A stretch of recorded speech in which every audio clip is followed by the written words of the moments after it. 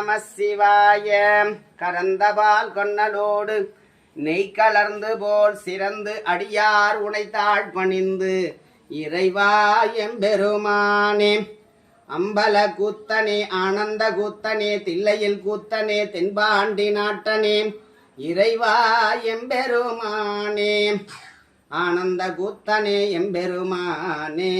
காதலாகி கசிந்து கண்ணீர் மல்கி ஓதுவார் தம்மை குய்ப்பதும் நன்னறி நாதந்தாள் நமச்சிவாயவே.